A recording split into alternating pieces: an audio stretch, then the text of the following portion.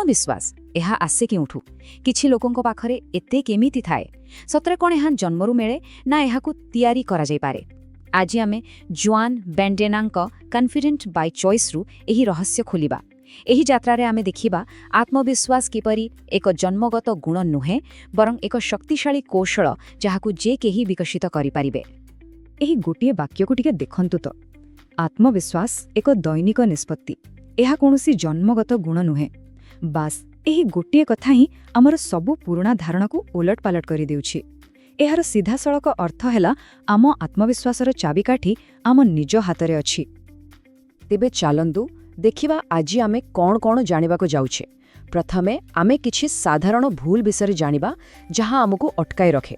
ତାପରେ ସେଥିରୁ ବାହାରିବାର ରାସ୍ତା ଖୋଜିବା, ଏକ ପ୍ରାକ୍ଟିକାଲ ପ୍ଲାନ୍ ବିଷୟରେ କଥା ହେବା, ଆଉ ଶେଷରେ ଏହାକୁ ଏକ ଦୈନିକ ଅଭ୍ୟାସରେ କେମିତି ପରିଣତ କରିହେବ ସେ ବିଷୟରେ ଜାଣିବା।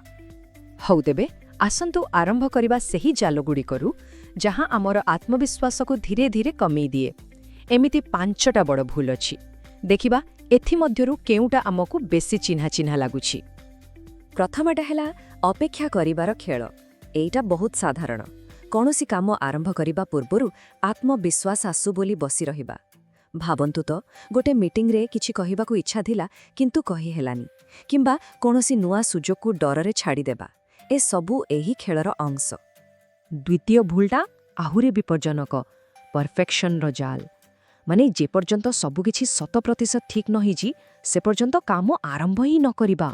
ଆଉ ଏହାର ଫଳ କ'ଣ ହୁଏ? ବଡ଼ ବଡ଼ ଆଇଡିଆ ଆଉ ପ୍ରୋଜେକ୍ଟଗୁଡ଼ିକ କେବଳ ମନ ଭିତରେ ହିଁ ରହିଯାଏ। ଆଉ ତାପରେ ଆସୁଛି ତୁଳନାର ଚକ୍ର। ଏଠି ନିଜର ମୂଲ୍ୟକୁ ସବୁବେଳେ ଅନ୍ୟମାନଙ୍କ ସହ ମପାଯାଏ। ଆଜିକାଲି ତ ସୋସିଆଲ ମିଡିଆରେ ଏହା ବହୁତ ବେଶୀ ହେଉଛି। ଅନ୍ୟମାନଙ୍କର ସଫଳତାର ଫଟୋ ଦେଖିଲା ପରେ ନିଜର ପରିଶ୍ରମ ବି ଛୋଟ ଲାଗେ। ଚତୁର୍ଥ ଭୁଲଟା ହେଲା କେବଳ ଫଳାଫଳ ଉପରେ ଧ୍ୟାନ ଦେବା। ଏଠି କ'ଣ ହୁଏ? ଆମ ଆତ୍ମବିଶ୍ୱାସଟା ପୂରାପୂରି ସଫଳତା ସହିତ ଯୋଡ଼ି ହୋଇଯାଏ। ତେଣୁ ଯଦି ଥରୁଟିଏ ବି ଅସଫଳତା ଆସିଲା ସବୁ ଆତ୍ମବିଶ୍ୱାସ ଚୁରମାର ହୋଇଯାଏ। କାରଣ ଧ୍ୟାନଟା ଚେଷ୍ଟା କରିବା ଉପରେ ନଥାଏ ବରଂ ଜିତିବା ଉପରେ ଥାଏ। ଆଉ ଶେଷରେ ପଞ୍ଚମ ଭୁଲ, ଆତ୍ମବିଶ୍ୱାସକୁ ଗୋଟେ କ୍ଷଣିକ ବୁଷ୍ଟ ଭଳି ଦେଖିବା। ମାନେ ଗୋଟେ ମୋଟିଭେସନାଲ ଭିଡିଓ ଦେଖିଦେଲେ କି କୋଟ୍ ପଢ଼ିଦେଲେ ସବୁ ଠିକ୍ ହୋଇଯିବା ବୋଲି ଭାବିବା। କିନ୍ତୁ ଏହାକୁ ଯେ ଏକ ଦୈନିକ ଅଭ୍ୟାସରେ ପରିଣତ କରିବା ଦରକାର ସେ କଥା ଭୁଲିଯିବା। ତେବେ ଏତେ ସବୁ ସମସ୍ୟା ତ ଜାଣିଲେ, କିନ୍ତୁ ଚିନ୍ତା କରିବାର କିଛି ନାହିଁ। ଏହି ସବୁ ଜାଲରୁ ବାହାରିବାର ରାସ୍ତା ଅଛି। ଏବେ ଆମେ ସେହି ସମାଧାନ ଦିଗରେ ଯିବା। ଆଉ ଏହାର ମୂଳମନ୍ତ୍ର ହେଉଛି ମାନସିକତାର ଏକ ବଡ଼ ପରିବର୍ତ୍ତନ। ଅପେକ୍ଷା କରିବା ଛାଡ଼ି କାମ କରିବା ଆରମ୍ଭ କରିବା। ଯଦି ଏହି ପୂରା ଆଲୋଚନାରୁ କେବଳ ଗୋଟିଏ କଥା ମନେ ରଖିବାର ଅଛି ତେବେ ତାହା ଏହିଆ। ଆମେ ଭାବୁ ଯେ ଆତ୍ମବିଶ୍ୱାସ ଆସିଲେ ଆମେ କାମ କରିବା, କିନ୍ତୁ ସତ କଥା ହେଲା ଏହାର ଠିକ୍ ଓଲଟା। ଆଗ କାମ କରନ୍ତୁ, ଆତ୍ମବିଶ୍ୱାସ ତା ପଛେ ପଛେ ଆପେ ଆସିବ। ମନେ ରଖନ୍ତୁ, ଆତ୍ମବିଶ୍ୱାସ କାର୍ଯ୍ୟ ଆରମ୍ଭ କରିବାର କାରଣ ନୁହେଁ ବରଂ ତାର ପୁରସ୍କାର। ତେବେ ଏହି ନୂଆ ମାନସିକତାକୁ ଆପଣାଇବା ପାଇଁ ଆମକୁ କିଛି ନୂଆ ନିୟମ ଗଢ଼ିବାକୁ ପଡ଼ିବ। ପ୍ରଥମତଃ ପରଫେକ୍ଟ ହେବାକୁ ଅପେକ୍ଷା ନ କରି କାମରେ ଆଗକୁ ବଢ଼ିବା ଉପରେ ଫୋକସ୍ କରିବା। ଦ୍ୱିତୀୟରେ ସଫଳତାର ଅର୍ଥ ବଦଳାଇବା। କେବଳ ଫଳାଫଳକୁ ନୁହେଁ ବରଂ ନିଜର ସାହସ ଆଉ ଚେଷ୍ଟାକୁ ବି ସେଲିବ୍ରେଟ୍ କରିବା। ତାପରେ ଅନ୍ୟମାନଙ୍କ ସହ ତୁଳନା ବନ୍ଦ କରି ନିଜର ପ୍ରଗତି ଉପରେ ଧ୍ୟାନ ଦେବା। ଆଉ ସବୁଠୁ ଜରୁରୀ, ଏସବୁକୁ ଏକ ଦୈନିକ ଅଭ୍ୟାସ ବା ରିଚୁଆଲରେ ପରିଣତ କରିବା। ହେଲେ କେବଳ ଚିନ୍ତାଧାରା ବଦଳାଇ ଦେଲେ ତ ହେବନି, ତାକୁ କାମରେ ବି ଲଗାଇବାକୁ ପଡ଼ିବ। ତେଣୁ ଆସନ୍ତୁ ଏବେ ଏକ ପ୍ରାକ୍ଟିକାଲ ଆକ୍ସନ୍ ପ୍ଲାନ୍ ଦେଖିବା ଯାହା ଏହି ଥିଓରିକୁ ବାସ୍ତବ ରୂପ ଦେବ। ଏହି ପ୍ଲାନ୍ର ସବୁଠୁ ମଜାଦାର ନିୟମ ହେଉଛି ଅପୂର୍ଣ୍ଣ କାର୍ଯ୍ୟ ନିୟମ ବା ଦ ଇମ୍ପରଫେକ୍ଟ ଆକ୍ସନ୍ ରୁଲ୍। ଏହାର ଅର୍ଥ ହେଉଛି କୌଣସି ବି କାମ, ପ୍ରୋଜେକ୍ଟ କିମ୍ବା ଚ୍ୟାଲେଞ୍ଜକୁ 100% ପ୍ରସ୍ତୁତି ସହିତ ନୁହେଁ ବରଂ କେବଳ 70% ପ୍ରସ୍ତୁତି ସହିତ ଆରମ୍ଭ କରିଦେବା।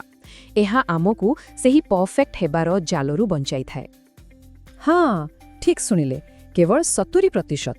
ଏହି ସଂଖ୍ୟାଟିକୁ ଭଲ ଭାବେ ମନେ ରଖିବା ଦରକାର, କାରଣ ପରଫେକ୍ଟ ହେବା ପାଇଁ ଅପେକ୍ଷା କରିବା ଠାରୁ କାମ ଚଳିଯିବା ଭଳି ସ୍ଥିତିରେ କାମ ଆରମ୍ଭ କରିଦେବା ହିଁ ବୁଦ୍ଧିମାନି। ଏହାଦ୍ୱାରା କାମ ଆରମ୍ଭ କରିବାର ଭୟ ବହୁତ କମ୍ ହେଇଯାଏ। ତେବେ ଏହି ପ୍ଲାନ୍କୁ କାମରେ ଲଗାଇବା ପାଇଁ 5ଟି ସରଳ ଷ୍ଟେପ୍ ଅଛି। ପ୍ରଥମେ ପ୍ରତିଦିନ ଏକ ଛୋଟ ଛୋଟ ସାହସର କାମ କରିବା ଯାହା ଟିକେ ଡର ଲାଗେ। ଦ୍ୱିତୀୟରେ ନିଜର ଛୋଟ ଛୋଟ ଜିତ୍ଗୁଡ଼ିକୁ ଏକ କନଫିଡେନ୍ସ ଜର୍ଣ୍ଣାଲରେ ଲେଖିବା। ତୃତୀୟରେ ସେହି 70% ନିୟମକୁ ସବୁବେଳେ ପାଳନ କରିବା। ଚତୁର୍ଥରେ, ଫଳାଫଳ ଯାହା ବି ହେଉ ନିଜର ପ୍ରୟାସ ପାଇଁ ନିଜକୁ ପ୍ରଶଂସା କରିବା। ଆଉ ଶେଷରେ, ଜଣେ ଏମିତି ସାଥୀ ଖୋଜିବା ଯିଏ ଏହି ଯାତ୍ରାରେ ଉତ୍ସାହ ଦେବ। ଏବେ ଆମେ ଆସି ପହଞ୍ଚିଛେ ଆମର ଆଲୋଚନାର ଶେଷ ପର୍ଯ୍ୟାୟରେ। ଏଠାରେ ଆମେ ଦେଖିବା କିପରି ଆତ୍ମବିଶ୍ୱାସକୁ ଏକ ଦୈନିକ ଅଭ୍ୟାସରେ ପରିଣତ କରାଯାଇପାରିବ, ଯାହାକୁ ଆମେ ନିଜର ଇଚ୍ଛାରେ ଗଢ଼ିପାରିବା। ତେବେ ଏହି ପୂରା ବିଶ୍ଳେଷଣର ସାରାଂଶ କ'ଣ?